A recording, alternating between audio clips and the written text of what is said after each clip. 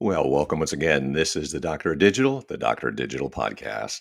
The purpose of the show is to transform your business and life with education and inspiration. I introduce busy business leaders to trends in business, technology, and marketing to highlight people you should know. Have you ever wondered why your carefully crafted emails end up in spam folders, never reaching their intended recipients? In this episode, we'll dive deep into the world of email deliverability with Nicolas Toper, the mad scientist inventor behind Inboxbooster. Nicolas shares his groundbreaking AI-driven solutions that are revolutionizing email marketing and keeping messages out of spam folders. You'll discover practical strategies to dramatically improve your email campaign success rates and learn how AI is reshaping the email ecosystem. With an impressive track record of delivering over 50 billion emails at scale over 15 years, Nicolas brings unparalleled expertise to the discussion. As a Y Combinator alumnus and Forbes, Nicolas has earned recognition for his game-changing approach to email marketing. His company, Inboxbooster, serves over 2,000 clients, including industry giants, and has been highlighted in prominent publications like FinSE's and Business Mole, holding a Master of Science in Computer Science and 4 patents in computer compiler optimization and email deliverability. Nicolas is at the forefront of merging AI technology with email marketing strategies. During this episode, we'll do a deep dive into the changes and hot topics of email deliverability and AI secrets, along with the biggest challenges and growth. I will leverage the expertise of my guests and how to navigate the unique dynamics of the field. By the end of this episode, you'll be better equipped to know what to do, and I encourage you to contact my guest, Nicolas Toper, the CEO and co-founder of Inboxbooster. And with that, I want to welcome Nicolas to the program. How are you doing today, Nicolas? I'm good, thank you. How are you? I'm doing fantastic. I can't complain. Nobody's listening except sometimes my mother. But really curious about your background and really curious about the kinds of things that you have been able to do, especially if you could tell us a story, because you got kind of an unusual background and not even from the Silicon Valley where you are currently. So I'm from France, and I relocated in Silicon Valley like 2 years ago. And the reason, the reason I relocated is simply because so I sold my previous business in France, and I had a really huge tax rate. Like it was like 80% that they took. So I was like, yeah, I'm not going to do that ever again.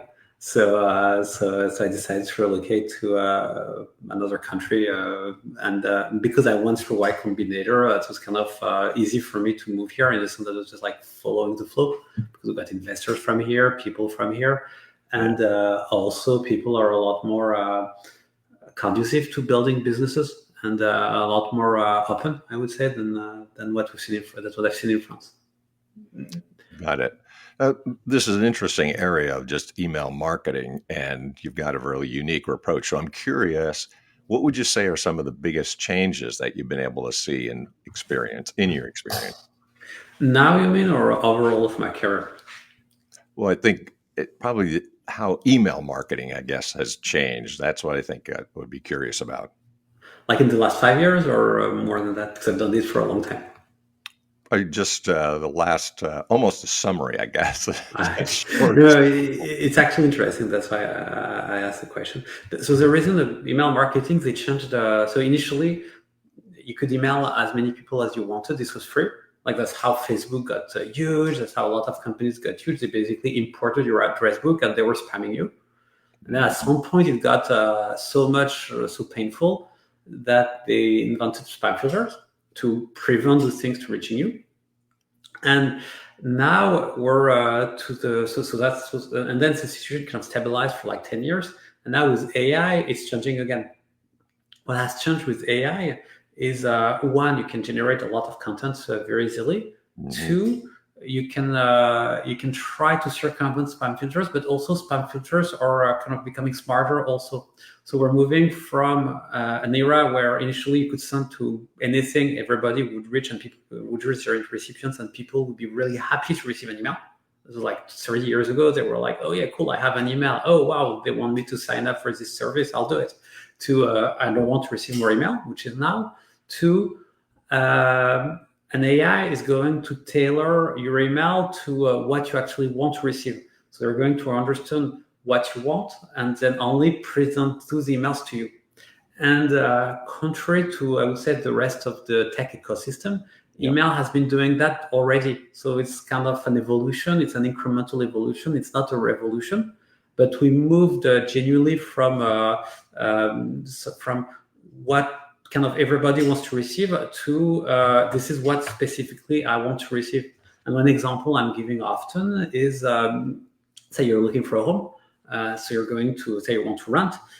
So you'll be really happy to receiving a Zillow notification or whatever about free rental, not free rentals, but the available rental places.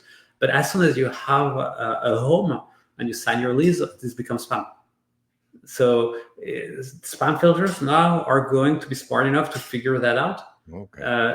And they're able to tell you that, and they're already able to figure it out. So right now, if you start putting your email from Zillow, for instance, in spam, after 2 weeks, they'll put it in spam automatically, and you'll never hear from them. Wow. Then it's almost obvious. I was curious about some of the hot growth areas, but really what you're identifying are some of those areas. I mean, the application of AI and spam filters and all of those kinds of things. But are those some of the things that you would say now are the hot growth areas, or there's something else that you would say?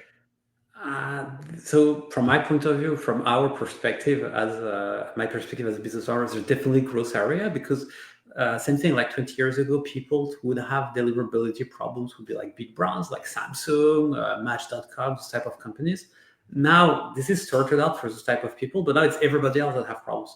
So we're moving from a space where only large brands or big companies would have this deliverability problem, to a world where if your email, you're not sure that your email will reach your recipients. So it's so this changed completely from my perspective, the business, because we moved again from kind of almost an enterprise sale to an SMB sale, where you have to have a self-service system where people can pay and figure it out by themselves. Got it. It seems like a very unique approach. And so a person with a very inventive mind, this is what you expect from an inventor. I'm wondering how you came across some of these groundbreaking ideas, and what would you recommend, because this is such an issue in email and online today. What kinds of things would you recommend that people should be thinking of, especially business owners? So first, I'll answer first question first, which is how do you get into those ideas? Is I said by looking around and looking if there is an unaddressed need, and if people will be willing to spend money on that. That's kind of because you have lots of unaddressed good ideas, but a lot of them people are not willing to spend money, and that's really easy. You just say, hey, would you give me money to do that? So and you'll see how that works, and it goes to taking out trash. Like, would you be willing? Would my neighbor be willing to give me money if I take out their trash container when it's being picked up? Probably. I don't know. And it's really easy to test. You just go ask them, and you'll see two really, really complicated ideas. But it all starts with: is this useful? And two, would people pay, or kind of find a way to make it sustainable? Because if you don't have, if you have no way to get paid for it, it's a hobby, which is fine, but you just need to acknowledge it. And now about email. So there are two tips I can share, and actually makes a lot that are very, very important. The first one is the fact that your email is only if you're starting to send emails or you're a new business. The fact that your email are going to be in spam starts to be normal and the default mode. So the second thing is spam filter. So that's normal, and you need to do something about it. And the second thing is spam filter are smart. So it's not because your email are ending up in inbox or at your friends that they do end up in inbox for everybody else. It's a very it's kind of like the algorithm of Instagram. It's not because my friend is saying the picture I've posted that everybody else will see it. So the only solution you have to kind of get out of this bubble is to test using testing tools like Inboxboosters. There are others. Ours is free, so you probably won't use ours. And you just send an email there, and it will tell you if by default your email is going to end up in spam or not in Outlook or Gmail. So you need to do that depending on how much you use email, but you need to do that a couple of times per year to once per week. And again, that's free, so you're not going to pay us for anything here. And that's important. And then if you're in spam, and the fact of being in spam, usually it's caused either so you have really three causes. One, it's because the plumbing, like the DNS or some things, are not done properly. So that's technical, but that's an IT job. Two, it's because of some words in your email that are going to put your email in spam. Those words change. There is a list of words, but you kind of have to imagine that it's changing all the time. So like so sometimes it has nothing to do with you, and the list of today is not going to be the same as the list of tomorrow. Spam filters update those constantly. So if you use like free, like putting free on your subject or anything, it doesn't work. It's really like the test will tell you if you're in spam because of wording. And the third reason is because you've sent email that people don't want to receive. Because if you email people like at Google or at Outlook, they have something a little bit akin to credit score. So they're going to kind of look at your history and say, oh yeah, and they're going to say, oh, to the email that this sender is sending, the recipients want to receive them. So we should put them in inbox. And they have a lot of ways to know that. For instance, they check how many people mark your email as spam, if they delete it without reading it, even if on the opposite, they actually answer it, and all that. So they're going to keep track of that. They're going to attach a reputation score to your domain. So if you have a problem, there are ways to fixing that. And that's how we make money, by the way. But you don't want to be there, and the way to not be there is to send email to people who want to receive. I'll give you another example. We talked actually this morning with my team. We're running a competitive analysis right now with some of our competition, and we're testing their system. And they send once you've tested with them, they're going to send you one email per day to try to convert you into buying. This is super annoying. You just want to know if your email is in spam or in inbox. You don't necessarily want to pay $2,000 per month for a competing tool. I might not even want to pay at all, and you might not even have a problem. So they're going to be very pushy. That's typically an email that nobody wants to receive. So on the other hand, if they had sent only one email, it probably would have been okay. So that's an example of sending an email that nobody wants to receive.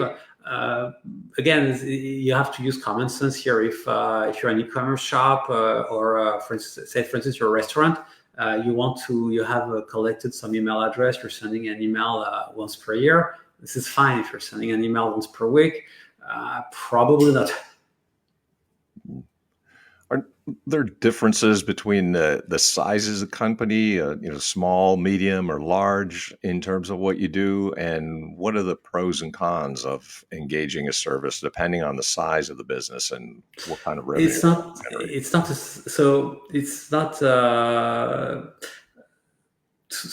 there is what we do and what our competition do. So for competition, they really work with bigger business. We work with all business size. It's more a function of the complexity of the organization, but the work is really the same. It's really, do you have a technical problem like plumbing? Are you sending emails so that people don't want to receive, or do you have a problem that has nothing to do with you, which is a false positive because you're using a sentence that you should be using or you should not be using or something like that? But it has nothing, so it's the same for everybody. The thing is, if you're a large company, it's kind of a bigger workflow to fix because you need more work, you need to talk to different people and all that. And they have, that's what our competition do. They're going to have consultants that are going to present nice PowerPoints and address the different business units. We're more like a SWAT team. So we're more going to say, hey, change this, do that, and talk to your team internally to fix it, which is why also we're much cheaper. And what kind of obstacles do you run into? I mean, this seems like such a hot area and such a needed area, but what are some of the objections that you've heard to using services like this? Mostly customers don't want to pay because they think that email should be free. So they're like, oh yeah, we want it for free, which again is fine for us, but then they should just not use the paying part of the tool. Yeah. So there are really, in our case, we've seen there's really like a bimodal distribution with people who are willing to engage and pay, and people who absolutely don't want to pay. And right. So we're not pushing very hard if they don't want to pay. We're like, sure, if you want to pay, just be clear about that, and we'll be happy. Right. So it depends. But it's something. It's odd because people are okay to pay for SEO. They're okay to pay for Google Ads. They're okay to pay for all of that, but they're not okay for. Some are not okay to pay for that. Given your expertise, I'm wondering if a person listening, is there something that the person should be looking at if they're a business leader, CEO, president, and could you offer some actionable tips? In other words, in your area, what kind of tips would you say they should look at, and where can your expertise be applied? The thing they should do is when they send a newsletter or a transactional email or something new, they should test it with Inboxbooster. And again, it's free. I'm not and test it again after 2 to 3 weeks, and then this should be fine. And they'll see if they have problems. And the important bit to understand is it's not because your friends are receiving your email that it's going to be in inbox everywhere. So if you're sending to people you're not sending to regularly, like a newsletter or all, you need to test. It's not automated. It's not by default going to end up in inbox. And this is stuff that people know. If you're doing social media, you know that you need to kind of work closely with the algorithm to get reach for your publication. So it's the same thing with email. And there's specialized tool if you want to do it properly. It's the same thing with email. So you need to use our tool again or another, but you need to figure it out. You need to test it. Otherwise, you will have surprises. And the second thing to understand is that, so that's the first tip, to do it. And the reason you want to do it is because this is part of problems that are easier to fix before they're urgent. Like they're 10 times easier and 100 times cheaper. So if you want to fix your problems when you're in spam, it's much, much harder than if you start to have problems. So if you start testing regularly, you will usually not even get into problems. You're not going to run into problems. You will be able to figure it out, and it's fairly simple. Got it. So the thing to do is to be a little bit proactive, in other words. Mm. And this is something that needs to be maintained, and the maintenance is really kind of low cost because, again, it's free and it's really 5 minutes, but it's worth doing. And if anything, you want to do it a little bit. Sure.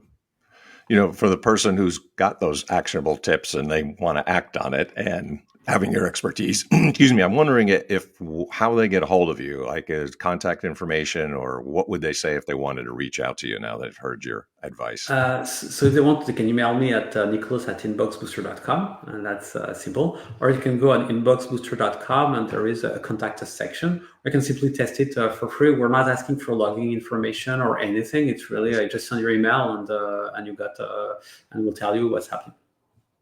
Got it. Well, I appreciate all of your insights. It seems like a very needed area. A lot of people should be looking at what you're offering. So thank you for your insight, the chance of looking at what the changes and hot topics are, and the application of AI, and all those really cool things that are moving us forward. Thank you for your time, Nicolas. I really appreciate it. Thank you. Thank you. You bet. Well, that was very informative and very insightful. So, if you like the program, the Dr. Digital podcast, make sure that you like, subscribe, positively review, and tell everyone else on social media. I want to thank the sponsors and the supporters of the program, and that's the publishers of both Burning America and also On Track Ian Hunter. Both of those volumes are available on Amazon. And if you want to reach out to me, by all means, please do so. I help business leaders, CEOs, and entrepreneurs break through their obscurity through oral and written presentations, building credibility and authority. And you can find me at Mastering Presentation Secrets on Facebook. And of course, thank you for listening in. Until next time, this is the Dr. of Digital signing off. Deus Volt.